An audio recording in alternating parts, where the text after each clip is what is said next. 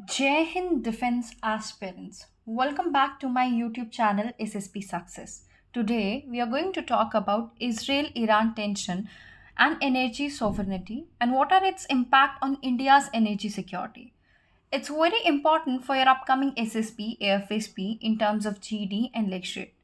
Before moving ahead with our topic see कल हमारी बात हुई थी कि हम डेली 2 टॉपिक्स कवर करने वाले हैं लेकिन टाइम कंस्ट्रेन की वजह से I was not able to do 2 topics. तो अभी तो मैं एक एक टॉपिक ही कवर कर रही हूँ, पर जैसे ही मेरे पास और ज़्यादा टाइम होगा तो मैं 2 टॉपिक्स भी कवर कर दूंगी, राइट। एंड पीडीएफ्स के लिए आप हमारे टेलीग्राम चैनल को ज्वाइन कर सकते हैं। हम डेली पीडीएफ्स इन वीडियोज़ की वहाँ पे अपडेट कर रहे हैं। So let's get started. देखो, सबसे पहले आज हम बात करेंगे एक बहुत इम्पॉर्टेंट टॉपिक पर, इजराइल ईरान टेंशंस 2025 और एनर्जी सोवरेनिटी। देखो, जिसका डायरेक्ट इम्पैक्ट इंडिया की एनर्जी सिक्योरिटी पर पड़ता है। क्या रीज़न है? जून 2025 में इजराइल और ईरान के बीच में जो टेंशंस हैं वो क्या हुई और बढ़ गई, वॉर लाइक सिचुएशन क्रिएट हो गई। ये टेंशन केवल एक रीजनल कॉन्फ्लिक्ट नहीं था, बल्कि इसने पूरे ग्लोबल ऑयल सप्लाई चेन को थ्रेटन किया। रिजल्ट क्या हुआ? ब्रेंट क्रूड प्राइसेस 103 पर बैरल डॉलर तक चढ़ गए उन दिनों में। ये इंसिडेंट एक रिमाइंडर है कि ग्लोबल एनर्जी सिक्योरिटी कितनी फ्रेजाइल और वल्नरेबल है। और इस बैकड्रॉप में हम समझने वाले हैं कि एनर्जी सोवरेनिटी का कॉन्सेप्ट इंडिया के लिए कितना ज़रूरी है। अब थोड़ा जान लेते हैं एनर्जी सोवरेनिटी के बारे में। देखिए, एनर्जी सोवरेनिटी का मतलब होता है एक देश का अपने एनर्जी रिसोर्सेज, सप्लाई चेन और इंफ्रास्ट्रक्चर पर पूरा कंट्रोल और गवर्नेंस होना। मतलब अगर कल किसी और देश में वॉर हो या सप्लाई चेन डिस्टर्ब हो जाए तो भी इंडिया की एनर्जी सिक्योरिटी कॉम्प्रोमाइज ना हो।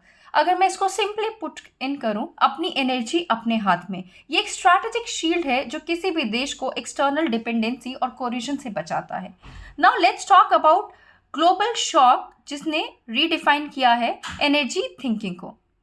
उनकी बात कर लेते हैं। देखो, हिस्ट्री में कई बड़े ऐसे इंसिडेंट हुए हैं जिससे एनर्जी पॉलिसीज को रीडिफाइन किया है। अगर हम 1973 का ऑयल एम्बार्गो की बात करें, अरब ऑयल प्रोड्यूसर्स ने वेस्ट के अगेंस्ट सप्लाई कट कर दिया, प्राइसेस 4 गुना बढ़ गए। इसने दिखाया कि एनर्जी को वेपन बनाया जा सकता है। 2011 में फुकुशिमा डिजास्टर, जापान के न्यूक्लियर एक्सीडेंट ने दुनिया का कॉन्फिडेंस न्यूक्लियर एनर्जी पर हिला दिया। रिजल्ट क्या हुआ? कंट्रीज कोल और गैस पर वापस आ गई। 2021 का Texas freeze, extreme cold weather ने पाइपलाइंस और विंड टर्बाइंस को फ्रीज कर दिया। सबको समझ आया कि रेजिलियंट और डाइवर्सिफाइड इंफ्रास्ट्रक्चर कितना इंपॉर्टेंट है। 2022 का रशिया यूक्रेन वॉर, यूरोप का 40% गैस रशिया से आता है। जब रशिया ने एनर्जी को वेपन बनाया तो यूरोप की इकोनॉमी क्रिपल हो गई।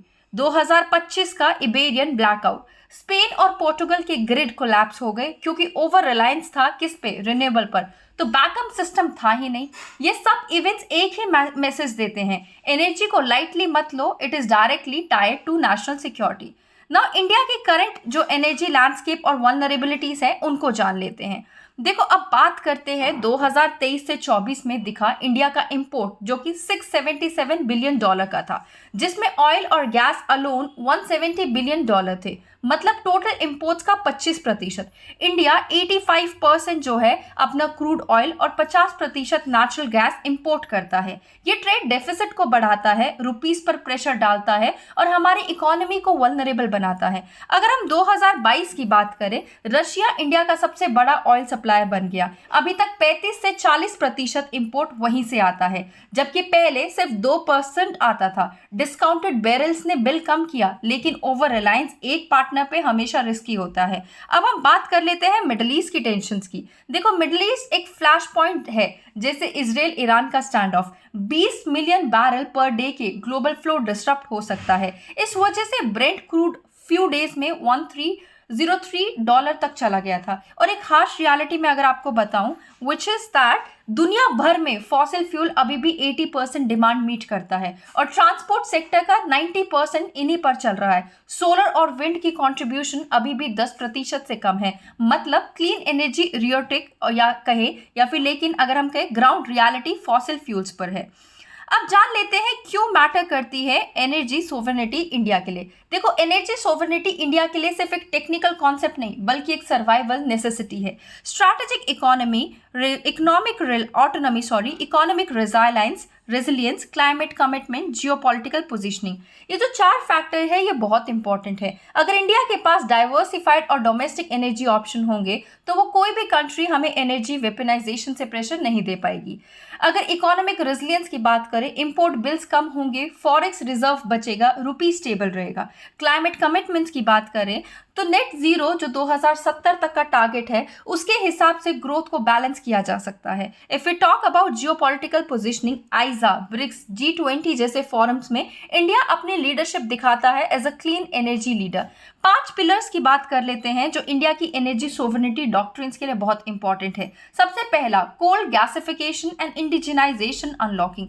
देखो, 150 बिलियन टन का रिजर्व है जो सिन गैस, हाइड्रोजन और फर्टिलाइजर बनाने के काम आ सकता है। If we talk about biofuel, rural empowerment, meat security, ethanol blending से 92,000 करोड़ फार्मर्स के पास गए हैं।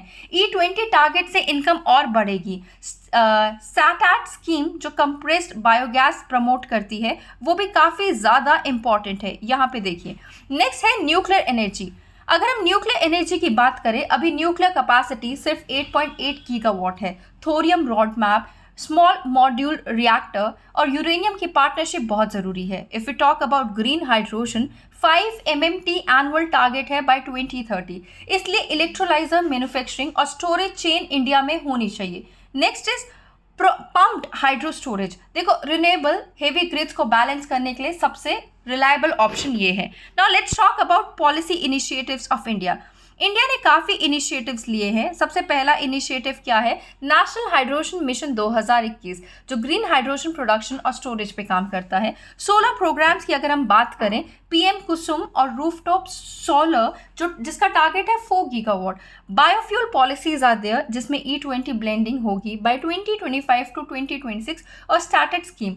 If you talk about energy efficiency, path scheme industries के लिए है। ऑयल इंपोर्ट्स को डाइवर्सिफाई करने की जरूरत है और हमें रिन्यूएबल एनर्जी को पुश देने की जरूरत है।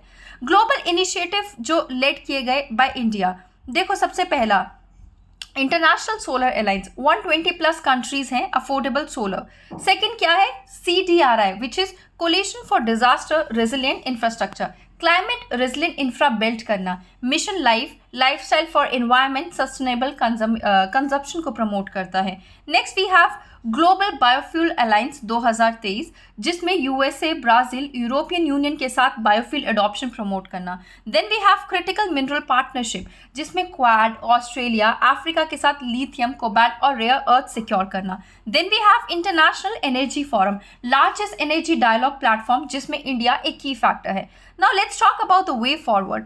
देखो, वे फॉरवर्ड ये है, एनर्जी बास्केट को डाइवर्सिफाई करना होगा बियॉन्ड रशियन ऑयल, ये बहुत ज़्यादा ज़रूरी है। क्रिटिकल मिनरल्स को सिक्योर करना होगा फॉर इलेक्ट्रिकल व्हीकल्स और रिन्यूएबल एनर्जी। इंफ्रास्ट्रक्चर को रेजिलिएंट बनाना होगा हमें, राइट, जिससे क्या होगा, स्मार्ट ग्रिड और माइक्रो ग्रिड के साथ ग्रीन ट्रांजिशन फाइनेंस करना होगा through green bond and global partnership. और सबसे इंपॉर्टेंट, एनर्जी को कम्युनिटी सेंट्रिक बनाना होगा, डिसेंट्रलाइज रिन्यूएबल प्रोजेक्ट और लोकल कोऑपरेटिव्स के थ्रू। दोस्तों, एनर्जी सॉवरेनिटी सिर्फ एक पॉलिसी वर्ड नहीं है बल्कि एक सर्वाइवल स्ट्रैटेजी है जो इंडिया को स्ट्रांग बनाती है जियोपॉलिटिक्स, इकोनॉमिक दोनों में। अगर आप दोनों ये दोनों कॉन्टेक्स्ट में। So guys, if you like this video, do like it, share it and subscribe with your friends, and thank you everyone.